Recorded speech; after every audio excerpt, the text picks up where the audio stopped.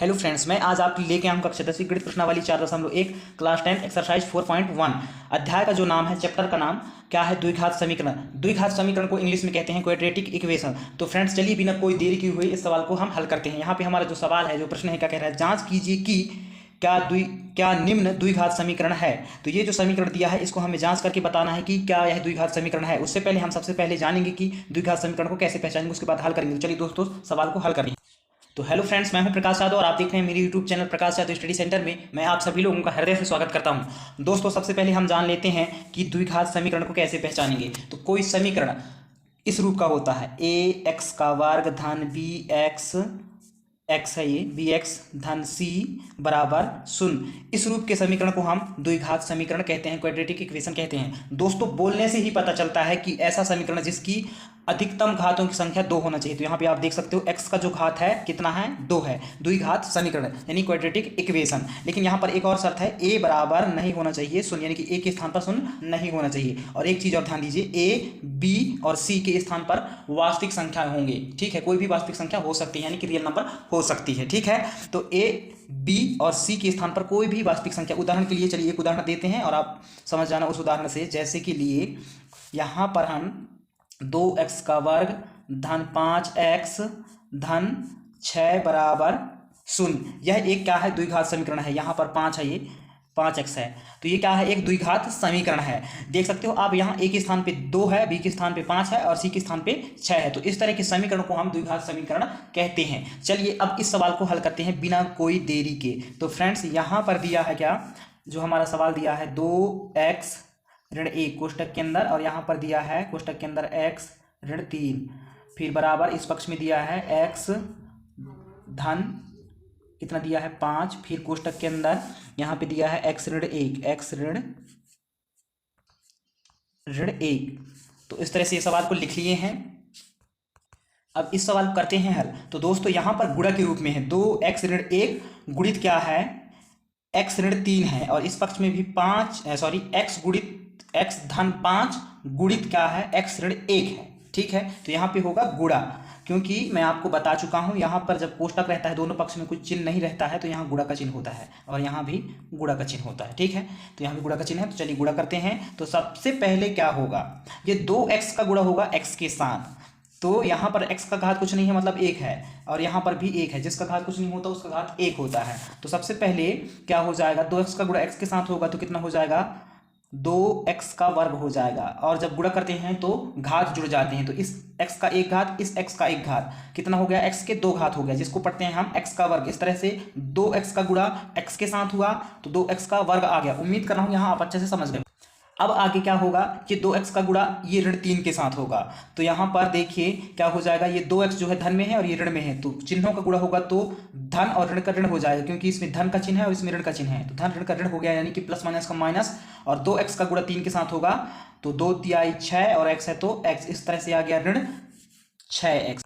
अब क्या होगा, देखिए ये 2x का गुणा x के साथ भी हो गया और ऋण 3 के साथ भी हो गया। अब यहाँ से क्या होगा दोस्तों, यहाँ पर ये ऋण 1 का गुणा भी x के साथ होगा और ऋण 3 के साथ होगा। तो सबसे पहले ऋण 1 का गुणा x के साथ होगा, तो x से पहले कोई चिन्ह नहीं है, मतलब x जो है धनात्मक में है और एक ऋणात्मक में है, तो चिन्हों का गुणा होगा तो माइनस और प्लस का क्या हो जाएगा? माइनस, यानी कि ऋण और धन का ऋण। x का गुणा होगा 1 के साथ तो x एकम x। उसके बाद ये ऋण 1 का गुणा ऋण 3 के साथ होगा तो क्या हो जाएगा? देखिए चिन्हों का गुणा पहले होगा तो 1 भी ऋण में है यानी कि माइनस में, और 3 भी ऋण यानी कि माइनस में, तो माइनस माइनस का गुणा होगा तो हो जाएगा प्लस, और 1 का गुणा होगा 3 के साथ तो 1 तिया 3। इस तरह से ये गुणा हो गया। उम्मीद कर रहा हूं कि आप यहां से भी अच्छा से समझ गए हो यहाँ पर।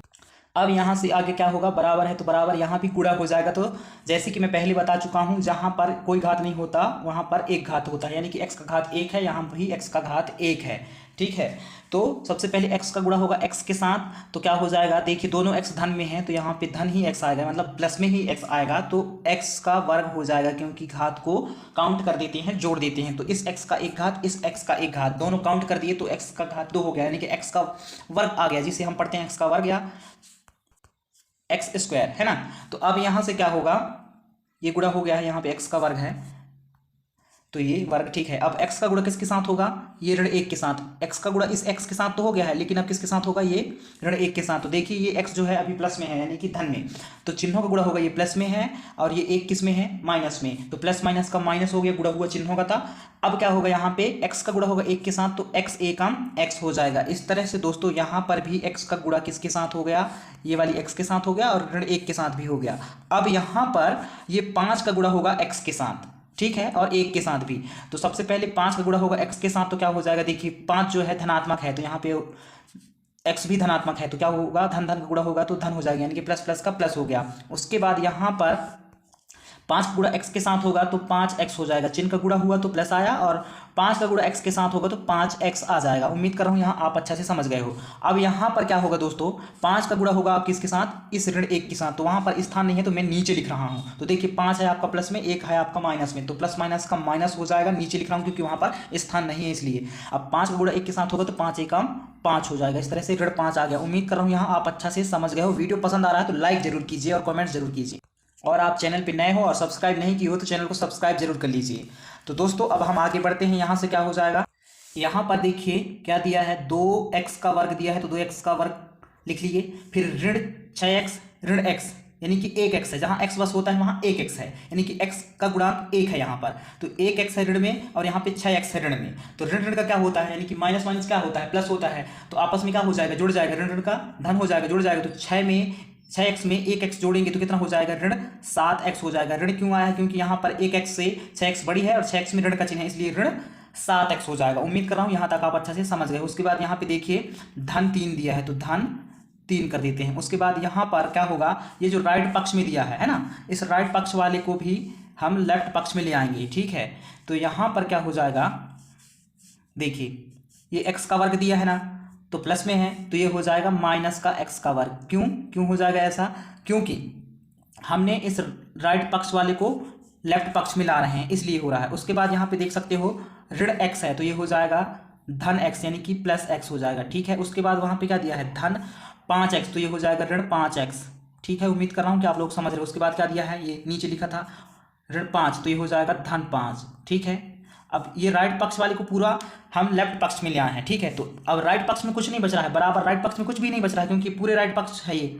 इस राइट पक्ष को क्या किए हम, लेफ्ट पक्ष में, यानी कि इस पक्ष में ले आए, बराबर के साइड। तो राइट पक्ष में कुछ नहीं बच रहा है, तो इसके बराबर हम मान लेंगे शून्य। कौन पक्ष में, राइट पक्ष में, ठीक है। उम्मीद कर रहा हूँ यहाँ तक आप समझ गए हो।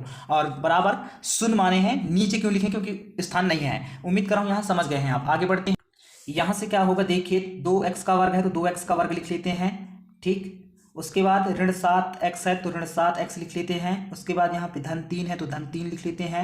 फिर ऋण x का वर्ग है तो ऋण x का वर्ग भी लिख लेते हैं। उसके बाद यहाँ पे देख सकते हैं आप धन x है और यहाँ पे ऋण 5x है, यानी कि यहाँ पर धन 1x है और यहाँ पे ऋण 5x है। तो यहाँ क्या हो जाएगा, घट जाएगा, क्योंकि प्लस माइनस का माइनस होता है, यानी कि प्लस में है x, 1x प्लस में है, जहाँ x होता है वहाँ x बस मतलब 1x होता है, और यहाँ पे ऋण 5x है तो 5 में 1x घटा देंगे तो कितना बचेगा, ऋण 4x बचेगा। और ऋण क्यों आ रहा है, क्योंकि यहाँ पे 1x से 5x बड़ी है, 5 में ऋण का चिन्ह है, तो यहाँ पर ऋण 4x आएगा। उम्मीद कर रहा हूँ यहाँ आप अच्छा से समझ गए हो। अब यहाँ पर आगे क्या बच रहा है, देख सकते हो आप, धन 5 है तो धन 5 लिखेंगे। उसके बाद बराबर क्या है, शून्य है तो शून्य लिख लेंगे। उम्मीद कर रहा हूँ यहाँ आप अच्छे से समझ गए हो। अब आगे बढ़ते हैं। अब यहाँ से क्या करेंगे फ्रेंड्स, जो x का वर्ग वाले हैं उनको पास पास में लिख लेंगे। जैसे कि यहाँ पे सबसे पहले दिया है x, 2x का वर्ग, तो इसको लिखेंगे हम 2x का वर्ग। ये x को अच्छा से बना लेते हैं, ठीक है।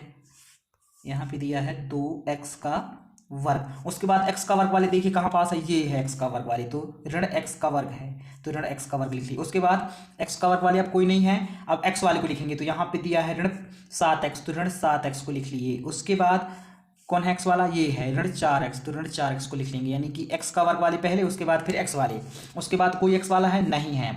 अब अंक को लिखेंगे, तो धन 3 है तो यहाँ पे धन 3 को लिखेंगे। अब इसके बाद धन 5 है तो धन 5, फिर उसके बाद बराबर शून्य है तो बराबर शून्य। उम्मीद कर रहा हूँ यहाँ आप अच्छा से समझ गए हो।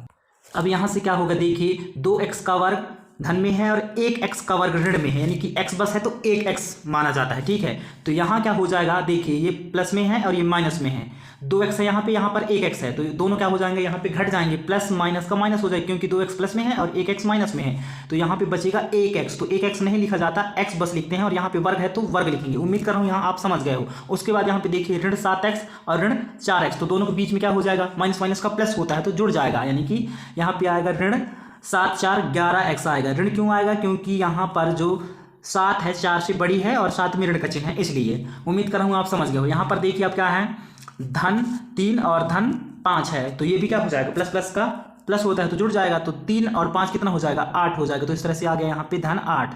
उसके बाद बराबर यहाँ पर शून्य है तो बराबर। तो फ्रेंड्स जब हम हल करते हैं उस समीकरण को तो हमें क्या प्राप्त हुआ है, आप देख सकते हो, हमें प्राप्त हुआ है x का वर्ग ऋण 11x धन 8, ये हमको प्राप्त होता है।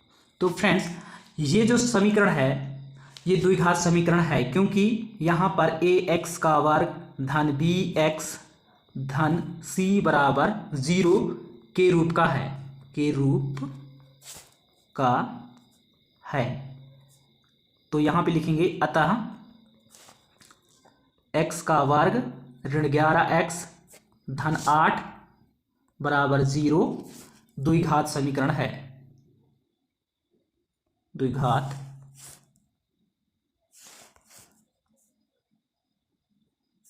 समीकरण है। उम्मीद कर रहा हूं कि आप लोगों को यह सवाल अच्छा से समझ में आया होगा। दोस्तों